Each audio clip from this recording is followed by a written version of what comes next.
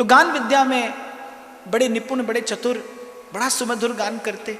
एक बार तानसेन आया श्री गोसाई जी का दर्शन करने के लिए। अब राज दरबार का गायक है। श्री गोसाई जी ने कहा कुछ सुनाइए। तानसेन ने सुनाया। तो गान पूरा होने के बाद एक अत्यंत सुंदर मूल्यवान जरी के वस्त्र में श्री गोसाई जी ने एक आना बांधकर उसमें दिया। अब जब तानसेन ने देखा कि आज तो ये बड़ा विचित्र पारितोषिक मिला है, ऐसा पुरस्कार तो आज से पूर्व कभी मिला नहीं, अत्यंत मूल्यवान वस्त्र, जड़ाव का वस्त्र और उसमें एक आना। तो तानसेन ने प्रश्न भरी दृष्टि से श्री गोसाई जी की ओर देखा। तो श्री गोसाई जी ने कहा आप राज दरबार के गायक हैं, तो ये सुंदर वस्त्र तो है राज दरबार के गायक के लिए, ये अत्यंत मूल्यवान जो वस्त्र है ये तो राज दरबार के गायक का सम्मान है। और बोले एक आना? बोले श्रीनाथ जी के दरबार के गायक के सामने आपका गान बस इतने ही मोल का था, सो आपको एक आना दिया। तानसेन के मन में बड़ा कौतूहल हुआ, क्योंकि भाई वो भी तानसेन है।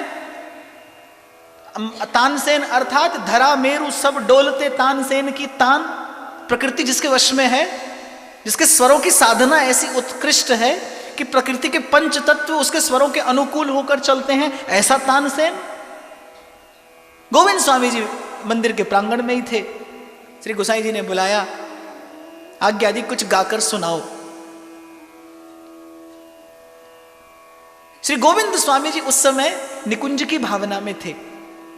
श्री कुंभन दास जी के एक पद का स्मरण हो रहा था, कनक बेल वृषभान नंदिनी श्याम तवाल चढ़ी रसिकनी रस में रहत गढ़ी, रसिकनी रस में रहत गढ़ी,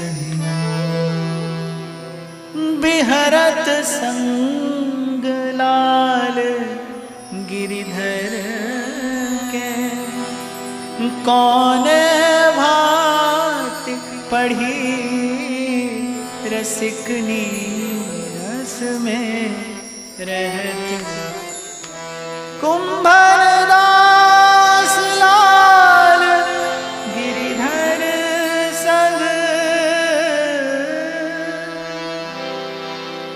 कुंभर दास लाल गिरिधर संग, रति रस कैली गढ़ी रसिकनी रस में रहत गढ़ी।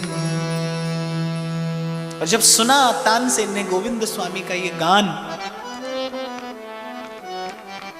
तो तानसेन श्री गोसाई जी से निवेदन करता है कि प्रभु ये मूल्यवान वस्त्र तो ठीक है, क्योंकि ये आपने तानसेन को नहीं, ये आपने राज दरबार के गायक को दिया है, पर ये एक आना आपने मुझे थोड़ा सा अधिक दे दिया। आपके गोविंद स्वामी के गान के सन्मुख मेरा गान इतने मोल का भी नहीं, आपने ये एक आना भी मुझे अधिक दे दिया। आज मैंने जाना कि श्रीनाथ जी के दरबार के गायक का गान कैसा होता है। जब जब विद्या प्रभु को उद्देश्य करके प्रकट होती है, प्रस्फुटित होती है, तो उसका वैभव क्या होता है, उसकी सामर्थ्य क्या होती है, उसकी रस रूपता क्या होती है।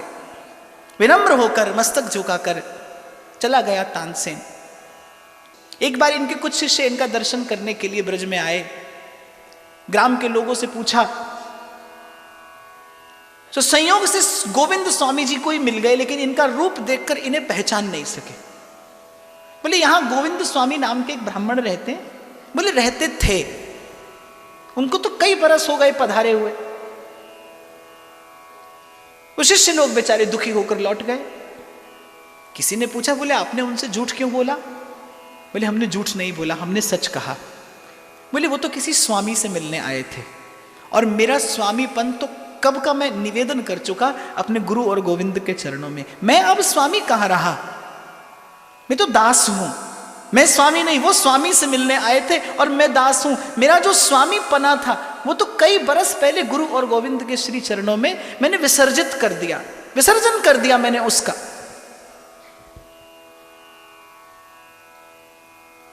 कन्या आई, कितने दिन रही उसकी ओर देखा भी नहीं। श्री गोसाई जी ने कहा कि आपकी पुत्री है, उसका मन दुखी होगा। श्री गोविंद स्वामी जी ने कहा कि अब मेरा स्वयं पर वश नहीं है, यह जो एक मन बहुत ठौर कर कहो कौने सच उपायो। मन एक है कि तो इसे जगत में लगा दिया जाए या जगतपति के चरणों के साथ में बांध दिया जाए। मेरे मन की सब ममता आपकी कृपा से सिमट कर श्री लाडले लाल जी के श्री चरणारविंद में परम विश्राम पा चुकी है। श्री गोसाई जी आनंदित हो गए श्री गोविंद स्वामी जी की सुस्थिर भजन भावना का दर्शन करके। फागुन का महीना आया, यही समय बासंती बयार बह रही है, ब्रजभूमि का अपरूप रूप अलौकिक सौंदर्य प्रकट हो रहा है। और श्री गोविंद स्वामी जी धमार गा रहे थे और गाते गाते एकाएक बीच में रुक गए। तो श्री गोसाई जी ने कहा, आप रुक क्यों गए? बोले, श्री स्वामिनी जी श्री लाल जी के कपोल कमलों पर गुलाल लगाकर और भाग गईं। तो श्री गोसाई जी ने कहा, तो? बोले, अरे भाग गई तो होली बंद, और होली बंद तो हमारी धमार बंद। बोले, हम तो खेल खेल के संग संग में गा रहे थे ना, जैसे होली का खेल बंद हुआ वैसे हमारी धमार बंद हुई। तो इस प्रकार बड़ी अद्भुत अलौकिक अनुपम अटपटी लीलाएं श्रीनाथ जी और श्री गोविंद स्वामी जी के मध्य हुई। एक लीला और जो बड़ी मधुर है उसका स्मरण मुझे हो रहा है कहकर मैं वाणी को विराम की ओर लेकर चलूं। तो कान्हा नाम का एक बालक था जिसके संग श्रीनाथ जी की बड़ी प्रीति थी, बड़ी खेल खेला करते थे उसके भी संग में। अब एक मेहतर का बालक था। एक बार श्री ठाकुर जी उसके संग में खेल रहे थे, उसको घोड़ा बनाया था, उसकी सवारी कर रहे थे और यहां मंदिर में आरती का संकेत हो गया। श्री ठाकुर जी मंदिर में आने लगे, गोविंद स्वामी ने हाथ पकड़ लिया। बोले, ऐसे नहीं, वो मेहतर का बालक है, बाहर तो सब ठीक है, बोले मंदिर में तो आचार्यों की मर्यादा है, आप ऐसे नहीं जा सकते, आपको स्नान करना पड़ेगा। अब जाड़े के दिन थे, श्री ठाकुर जी ने कहा, भैया स्नान नान करने का तो हमारा बिल्कुल भी मन नहीं है। बोले, जाना ही पड़ेगा स्नान करके, ऐसे आप भीतर नहीं जा सकते। बड़ी बहस हुई, पर श्री ठाकुर जी ने कहा, देखो भाई जाड़ा बहुत है, मैं स्नान नहीं करूंगा। तो श्री गोविंद स्वामी जी ने कहा, अच्छा ठीक है, स्नान मत करिए, आचमन तो करके जाइए। तो श्री जमुना जी की धारा के लेकर जैसे ही श्री ठाकुर जी आचमन करने के लिए झुके, दे दिया धक्का। बोले, है गए स्नान। अब क्या था, श्री जमुना जी की धारा ऐसी तीव्र वेग से प्रवाहित हो रही थी, भंवर पड़ रहे थे, श्री ठाकुर जी गोता खाने लगे। जिसके नाम स्मरण से नाम लेत भव सिंधु सुखाही, वो श्री ठाकुर जी गोता खा रहे हैं। क्यों? क्योंकि ब्रज में धारा उल्टी बहती है, धारा प्रेम की है। और प्रेम की धारा कैसी कि खुसरो दरिया प्रेम का उल्टी वाकी धार, जो तैरा वो डूब गया, जो डूबा सो पार। डूबने लगे श्री ठाकुर जी, क्यों? क्योंकि प्रेमी हैं, तैरना नहीं डूबना जानते हैं। श्री गोविंद स्वामी जी ने हाथ पकड़कर निकाला, भीगे वस्त्रों से मंदिर में पहुंचे। तो श्री गोसाई जी ने जब पूछा तो श्री ठाकुर जी ने सब बात बता दी। सब बात माने अपने पक्ष की बात बता दी कि मैं तो आचमन कर रहा था और गोविंदा ने धक्का दे दियो, अपने पक्ष की बात। अब गोसाई जी थोड़े रुष्ट हुए, बोले ऐसा विनोद भी कभी किया जाता है? लेकिन जब गोविंद स्वामी जी ने सारी बात बताई, बोले अरे जाने कौन कौन के संग खेले, कौन कौन को छियावे।